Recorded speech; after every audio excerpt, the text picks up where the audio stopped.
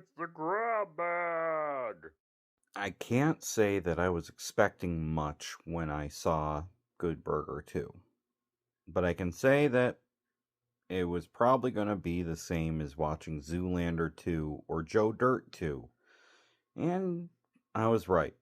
It was a sequel that did not need to be made. It was not as funny as the original, it didn't have the charm of the original, and it just was completely unnecessary.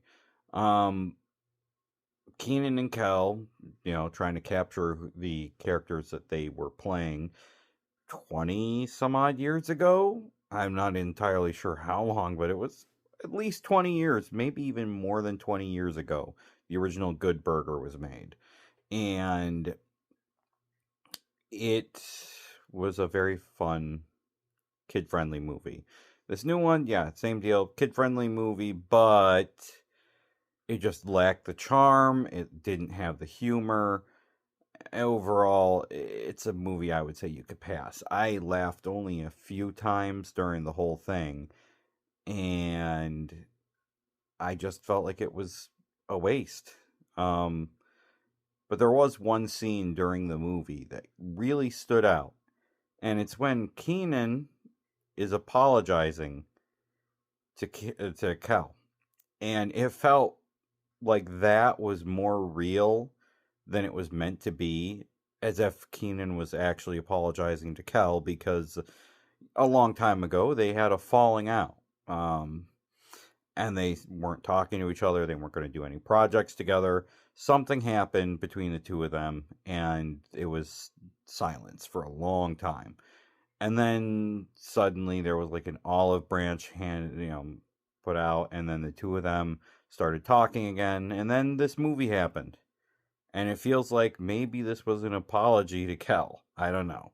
I don't even know what exactly happened between all of them to make them go whatever, but the film. So, Kel's character, Ed, is now the owner of Good Burger. And he apparently, there might be more franchises of it opening in different places. And Dexter had gone off, Keenan's character, and was trying to be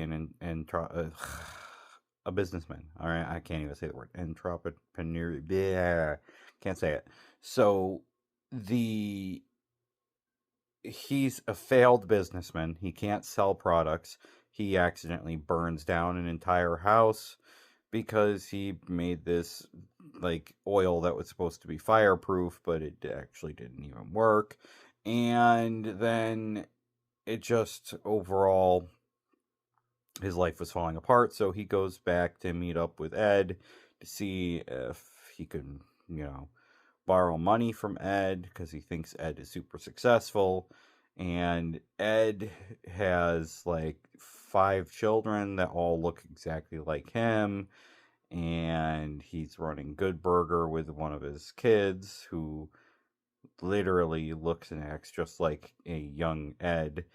And then the villain is like called Megacorp, and it's the leader of it is Megan Trainor, and she wants to, you know, destroy. Um, Jump cut. I'm back. I had to go get my son. What I was saying about it is Megan Trainor is the sister of the villain from the first movie, and she wants to basically destroy Good Burger and ruin Dexter and Ed's lives because her brother is in jail still after 20 years. Um, Kind of makes me go, okay. I mean, I know he was like committing some crimes, but uh, I don't see how. I mean, I don't know. He probably should have gotten out by then. I don't know.